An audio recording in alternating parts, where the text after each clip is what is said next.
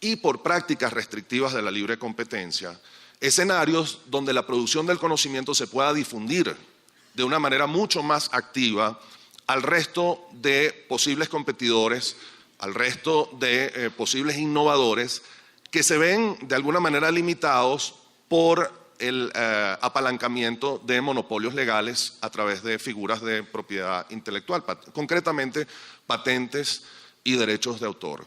Es que aún no está muy clara cómo es que debe organizarse la institucionalidad en la administración de este tema, que es una interfaz entre dos políticas.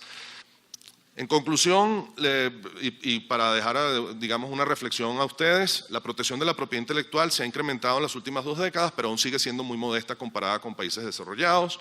No necesariamente la mayor protección de la propiedad intelectual se ha traducido en una mayor inversión en investigación y desarrollo. La inversión en alta tecnología en Latinoamérica sigue siendo baja y eso da una idea también de que el interés por estos temas realmente siga siendo marginal, es decir,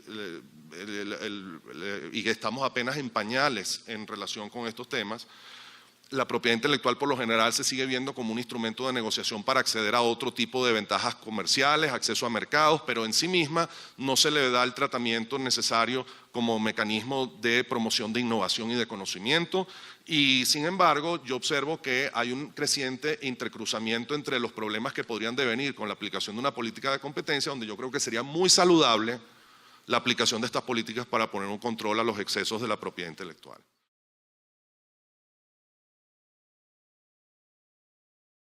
Las licencias obligatorias como un mecanismo destinado a corregir las prácticas anticompetitivas abusivas de los derechos de propiedad intelectual. Esto lo va a dictar el doctor Carlos Correa. Estos abusos pueden manifestarse a través de actos de diversa naturaleza por parte de quienes detentan derechos de propiedad intelectual, sean patentes, derecho de autor u otros. En unos casos esos abusos se manifiestan a través de la explotación misma de esos derechos, ya lo mencionaba Ignacio de León hace un momento, por ejemplo, cuando se cargan precios excesivos a los productos objeto de la protección.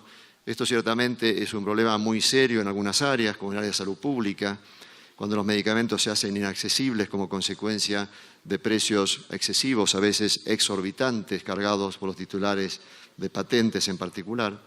Hay situaciones en las cuales el abuso se expresa a través de la discriminación entre distintas partes y en otros casos, a unos cuales ya ha tratado también Ignacio de León, el abuso se expresa a través de la exclusión de terceros, como es el caso de la negativa a tratar o el refusal to deal o el tema ya mencionado también de bloqueo indebido de competidores.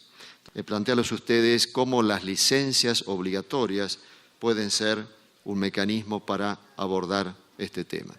Como consecuencia del hecho de que en muchos países se aplican estándares muy bajos para examinar la patentabilidad de las solicitudes de patente que se presentan, resulta de esto que respecto de un solo producto nos podemos encontrar con una gran multiplicidad de patentes, con el único objetivo de impedir la competencia, con el único objetivo de bloquear la competencia en un fenómeno que se conoce generalmente como evergreening. Es decir, que incluso cuando una patente original sobre un ingrediente activo farmacéutico o agroquímico ha vencido, estas patentes adicionales permiten artificialmente mantener el monopolio durante muchos años más.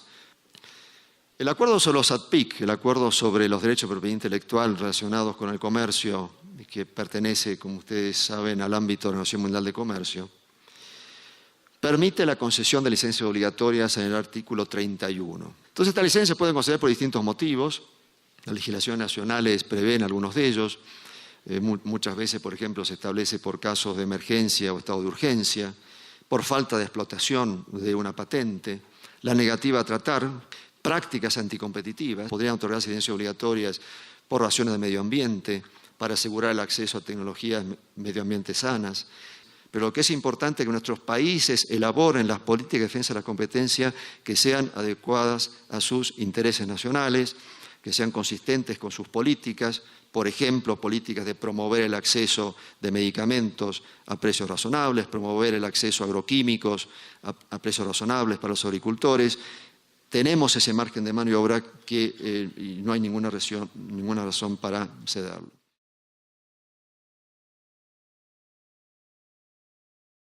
La regulación de competencia y los sectores de infraestructura por el doctor Gessner Oliveira. Queria enfatizar a importância da infraestrutura para o crescimento e para a competência.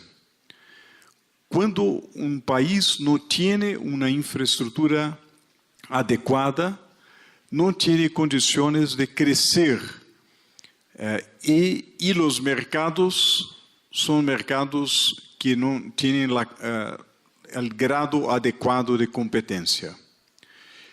Segundo ponto, o rol das autoridades de competência é essencial em los sectores regulados de infraestrutura. Vemos que, em geral, os países de Sudamérica têm uma infraestrutura que não é tão boa quanto a infraestrutura de los países mais adelantados. E quais são as causas de falta de infraestrutura? Há problema de planificação, de gestão, uma baixa capacidade de inversão do Estado, há falta de incentivos para promover a inversão privada e problema muito importante é a falta de uma regulação adequada. A infraestrutura é essencial para a qualidade de vida e para o crescimento e para a competência. As autoridades de competência têm que ter como objetivo melhorar a qualidade de vida da gente. E a qualidade de vida da gente depende muitíssimo de uma boa infraestrutura e a boa infraestrutura depende de boa regulação e competência. 2. O rol das autoridades de competência é essencial em los sectores regulados. Isso deve ser uma prioridade para as autoridades de competência. E 3, creio que o caso do Brasil é exemplo de coisas interessantes que funcionaram, coisas que foram malas e devem ser evitadas. É caso interessante para investigar e derivar lições úteis para Equador.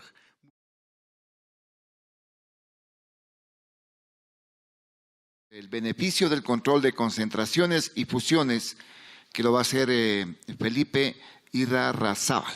A mi juicio hay 3 líneas de negocio en libre competencia: los carteles, los abusos unilaterales y las fusiones.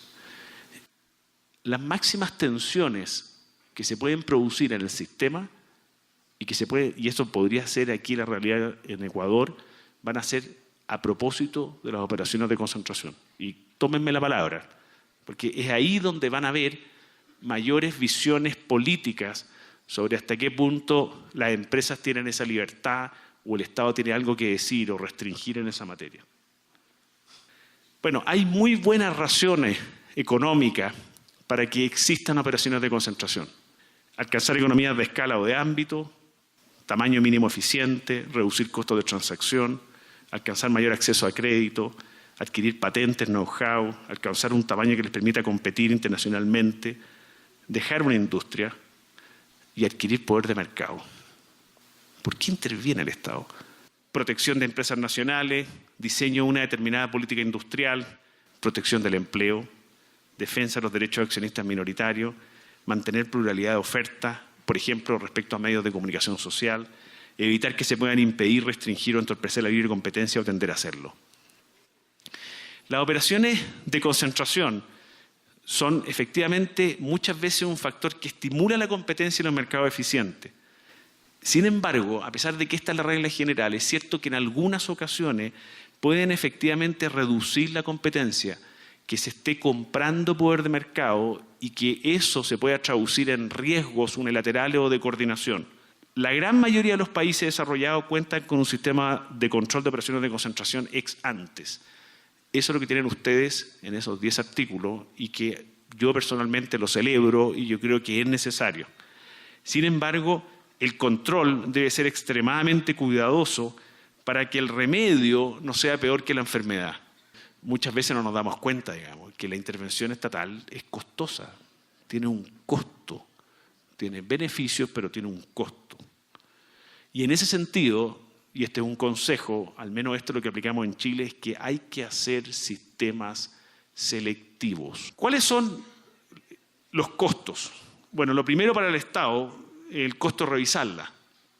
Si tiene muchas operaciones de concentración, ¿qué es lo que va a ocurrir? Va a disminuir la calidad en la revisión.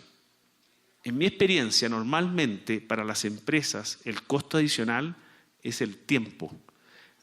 La ley de usted en eso es bastante categórica y establece un sistema de 60 días más un aplazamiento de 60 días. Y también establece algo que es muy valorado en todo el mundo, que es el silencio administrativo. El Estado tiene que intervenir, pero tiene que intervenir en forma inteligente, en forma selectiva, y cuando elige un caso bueno, tiene que hacerlo con mucho carácter y con mucha profundidad.